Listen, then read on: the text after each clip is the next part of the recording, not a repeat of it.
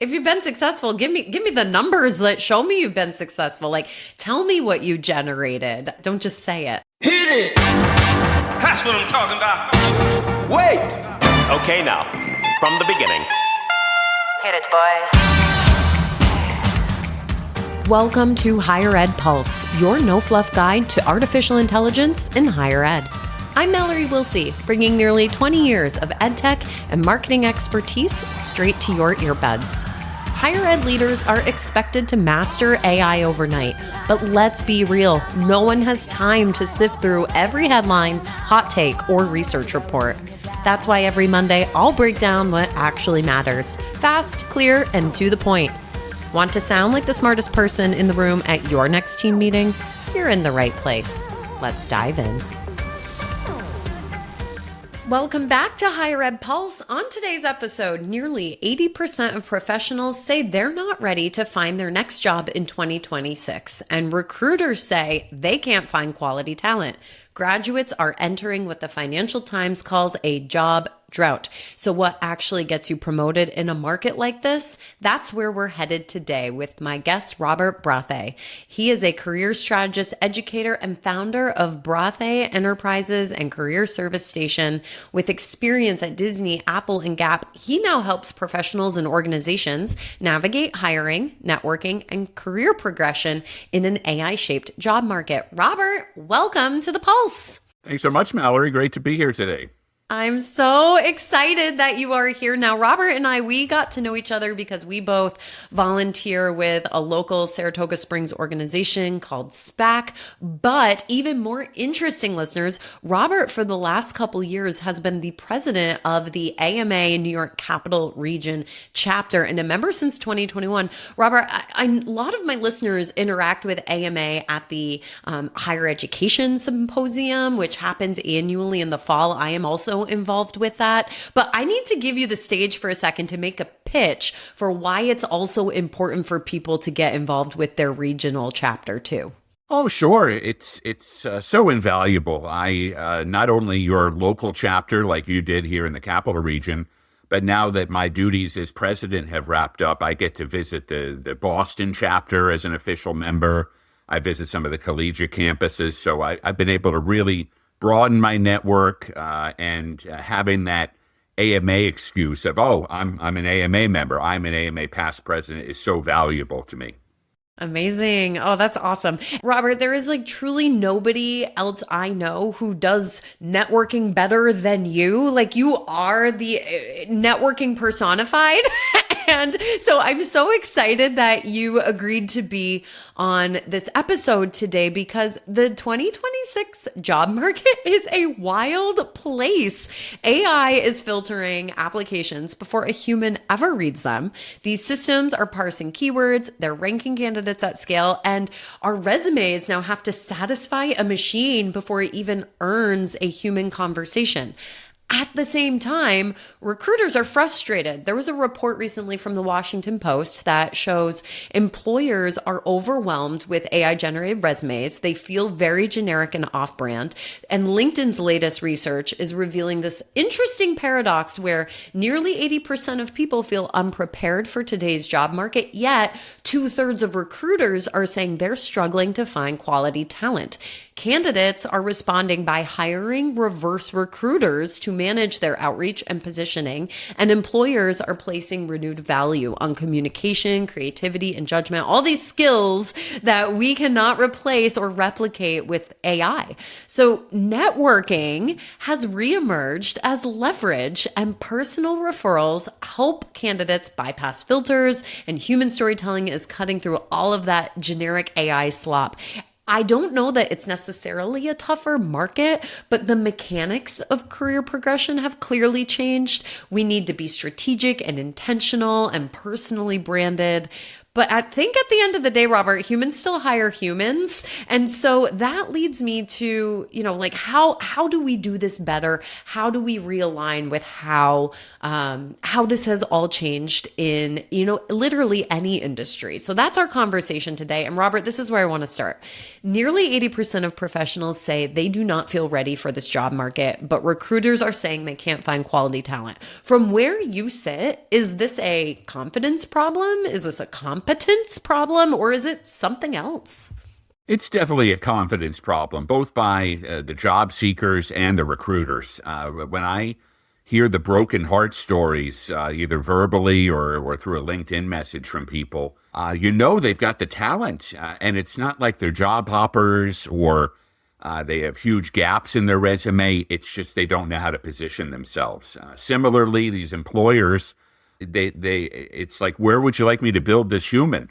Because they maybe their expectations are either too high or too low. So I think it's really pulling those competencies out of people, whether it be the recruiters and what do they really want, or the candidates, and really help them emphasize the competencies that still will generate money for them. Interesting. And, knowing that you've been on both sides as, someone who's hired and someone who's coached, I have to imagine that you have seen more resumes than your average human or maybe even your AI assistant. So have you, as you're coaching folks these days, are you running into these AI assisted resumes and application responses? And when you see something, what's giving it away? If I'm listening right now, what should I avoid doing? First, it's the wording.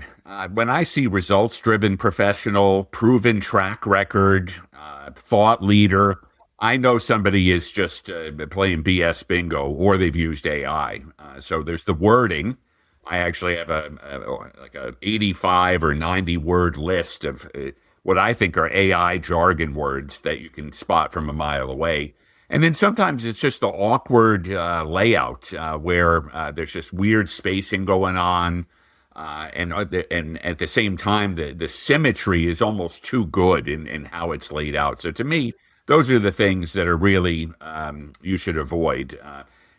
Feel free. Yeah, I still, from time to time, if I'm applying for something specific, I'll go to AI and have it do a little finesse for me, but then I'll go in and give it my touch. Yeah. I've noticed, I think we've all noticed those words that AI tends to bring into vogue. And it was the M dash at one point. Lately for me, it's been the words clarity and quietly. I think those have been tells lately, and contrast framing, right? It's not X, it's Y constructs. And I don't know how often that necessarily shows up in a resume, but whenever I see that on somebody's LinkedIn post, which is just, what is LinkedIn other than your public resume, start doing this, stop doing that. That binary setup is almost always a tell for me. I'm kind of curious, we're going on a little tangent here, but what are some of the things in your list of 80 words? Including but not limited to. That's it's just come on, just give me three things you're good at, sunshine. Other ones, successful, because if you have it on your resume, it's successful. That's a great point. One of those things that you don't have to put it down there if you've done it. So to me, it's just jargon words like that that just take up space. Via, I had a client who had the word via on there 73 times. I asked him if he had a tattoo of the word via or an ex-girlfriend, and he didn't take that too well. But it had to have been auto-generated as a filler word. So those are the kind of things, anything, and I get asked this a lot, Mallory, of, well, what should I use instead? Well, that's why it's called a filler word, because you don't need it.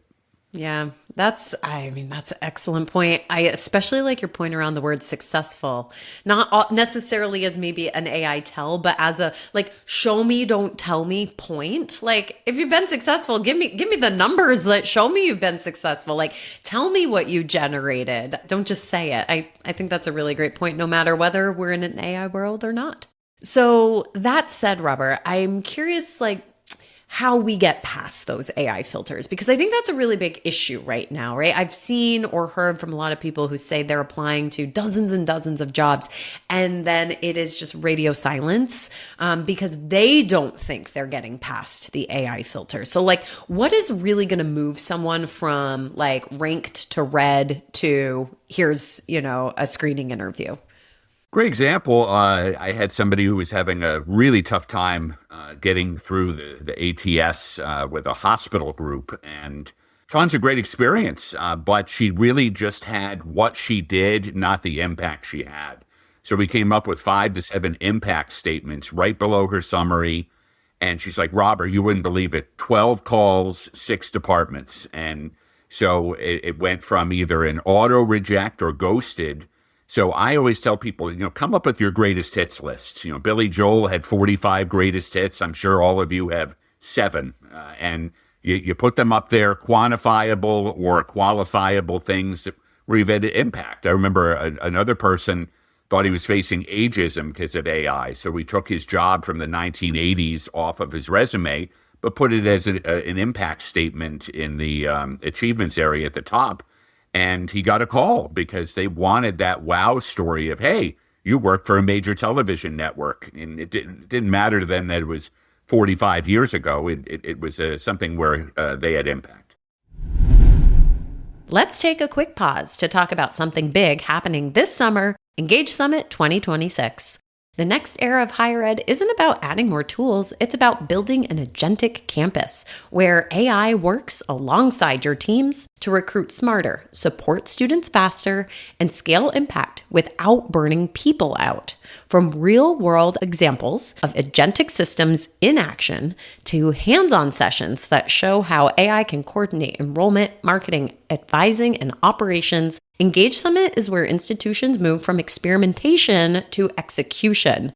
If you're ready to design a campus where AI doesn't just assist, but instead acts, learns, and drives real outcomes, then you'll want to be in Charlotte this summer, June 15th through the 17th. But it gets even better. As an Enrollify listener, you can grab your ticket for half off. Just head to engage.element451.com and use my code Mallory50 to apply the 50% off discount. That's MALLORY50. I can't wait to see you there. Now let's get back to the conversation. Wow, that's another great tip. Thank you. So let's move beyond just landing the job. When you look at people who actually accelerate and they move in their career from manager to director to VP, maybe even to the C level, what are they doing differently that might not be just like articulated in the impact or achievement section of their resume? It really is being in the right places. And it's not, going to galas or being on 5 boards. It's being on the right board and being at the right place at the right time. I think that's a big part of it. Visibility, but in the right venues.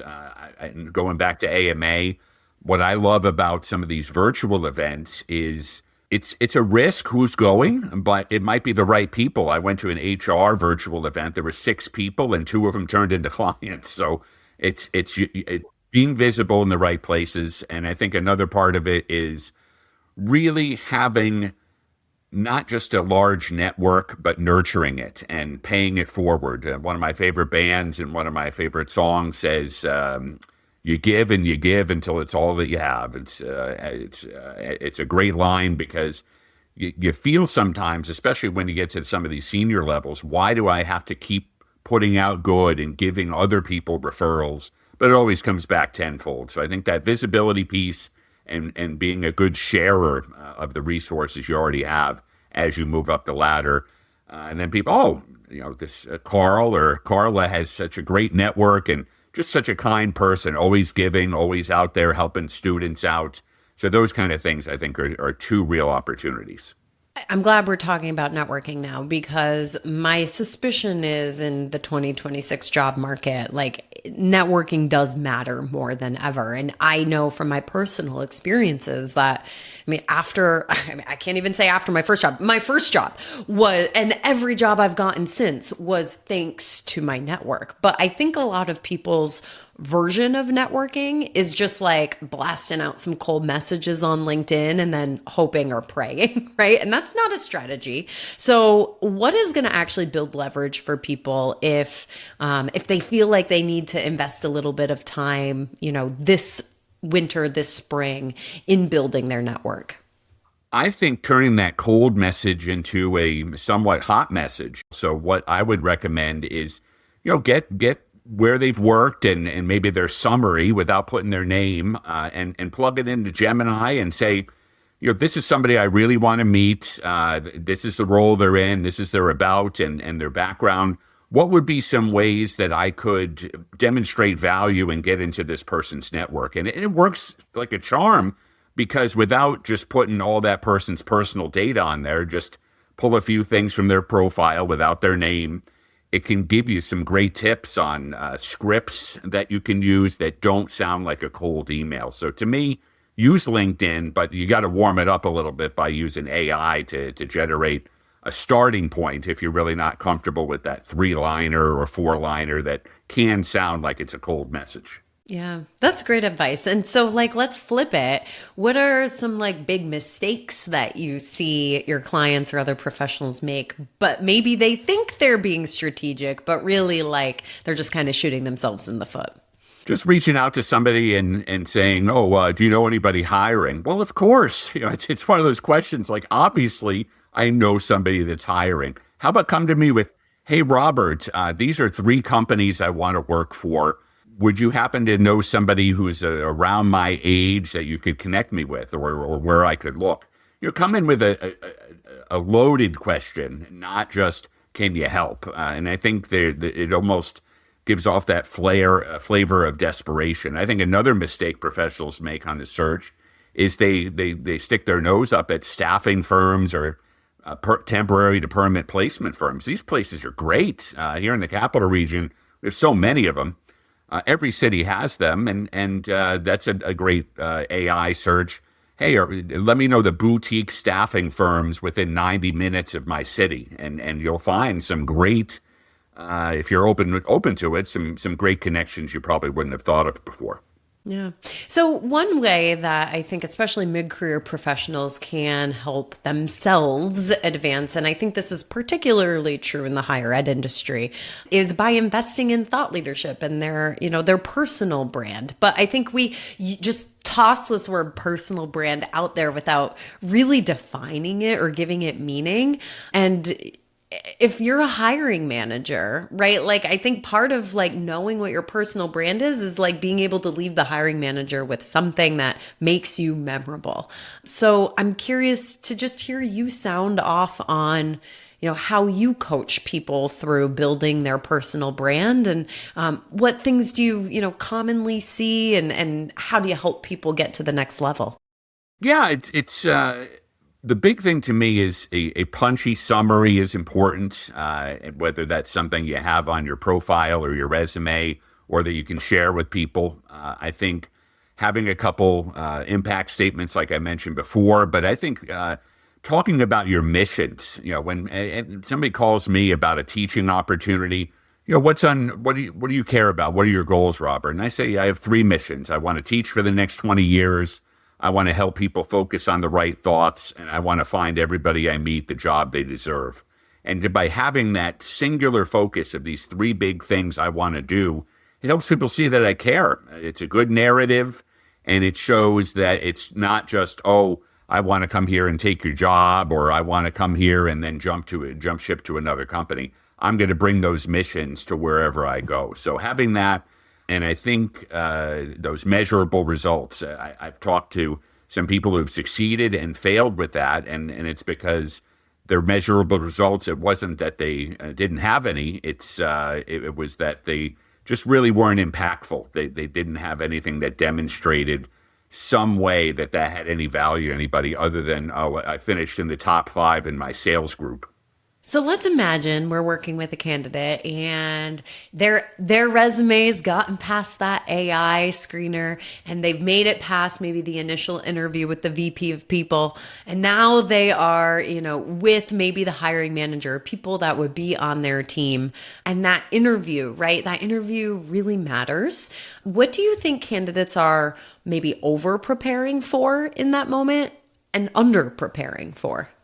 I think they're over preparing for impressing everybody in that room. Yes, it's a panel interview, or yes, you may have to go through 4 or 5 interviews, but it's about demonstrating your comfort with that organization, whether it's 1 interview or 5. And I think if you do too much to get to know too much about the people that are interviewing you, it can cause stage fright. Instead, act like you belong there. I think that's a big part of it. So I think just that over focus on, I've got to impress them. It's a two-way street. I think under preparing, I think some of the worst interviews that I've conducted have ended with, I don't have any questions. And to me, that's a slight turn off. I know when in my screening interviews, my HR people probably do a great job of answering a lot of things, but I want people to be curious. Tell me about your career journey, or Mallory, how long have you worked here, and why do you like this company so much? Because then it's going to show some really high quality interactions there. And I think it'll throw the interviewer off because they're like, wow, this person actually wants to know about me and wants to stay here. So I think the underprepared is the questions at the end of the interview, because they can be a great opportunity. And that's not a time to talk about salary. That'll come later. So a lot of listeners are mid to senior in their careers, right? They're directors and VPs and CMOs. I'm curious if you have noted any self-sabotage moves that people mid to senior in their careers tend to make when they are trying to level up. I found when there is a story of maybe they jump to a startup and boomerang back, that they're afraid to tell about it because they think that's going to be a bad thing. Another story that I find when people are moving up is maybe they'll stay with an acquisition and they don't talk about that. They're like, the company was only acquired 2 months ago. Well, you still have to have it on there and demonstrate that you were willing to stay with that company during the acquisition. So I think those things where telling the full story, even if there's a couple bumps along the way, is not a bad thing. I think one of the these days, when I was growing up, it was almost expected you'd stay at a company 15, 20 years, but now that could be an issue. So if you should always be looking, and nothing is wrong with boomeranging. I think I'm one of the only people I know that was hired by Apple 4 times. So they like something about me, and they never held it against me that I left to go back to teaching, or that I took a 7-year break to do some consulting. So don't feel, especially as you move into the mid and later parts of your career, a little jump or a sabbatical, or even working for a startup and then going back to where you came from is not a bad thing.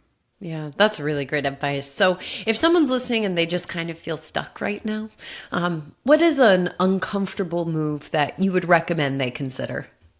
Quit their job without another one lined up.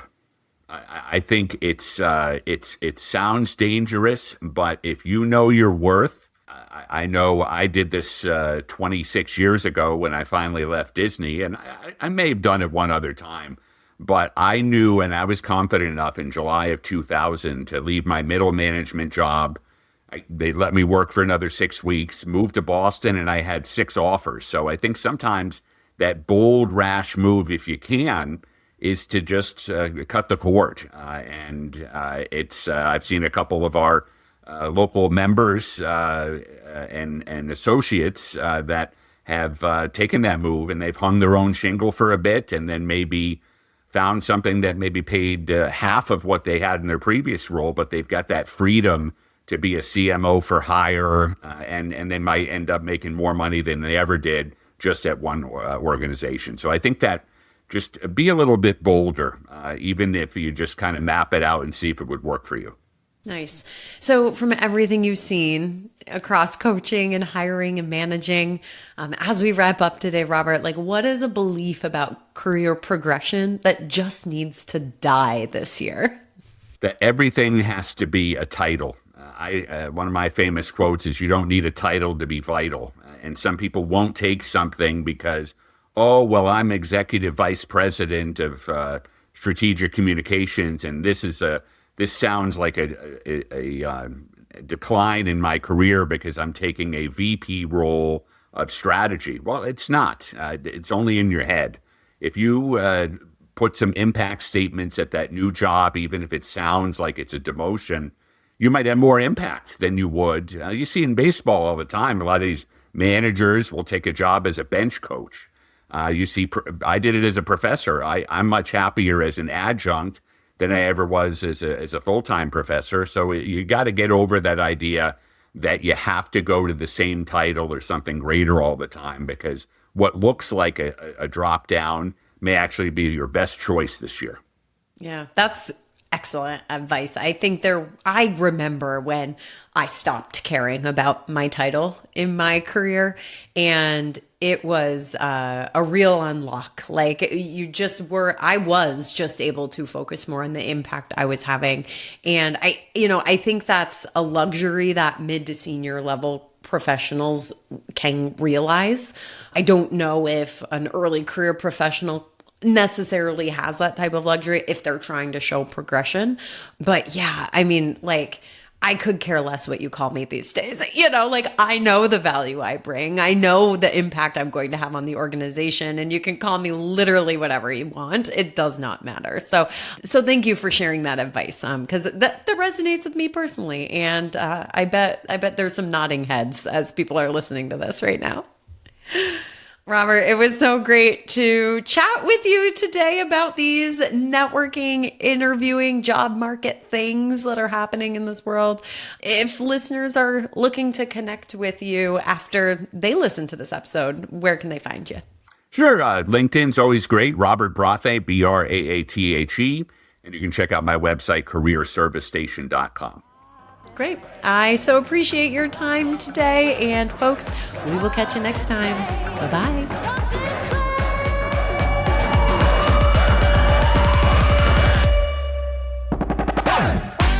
Thanks for listening to the Higher Ed Pulse. The show is a proud member of the Enrollify Network, home to Higher Ed's largest collection of podcasts. Enrollify is where higher ed goes to grow. So be sure to check out our other podcasts, webinars, video clips, blogs, and more. Visit Enrollify.org and subscribe for all the latest details and content drops directly to your inbox. Enrollify is brought to you by Element 451, the digital workforce platform for higher ed. Learn more at element451.com.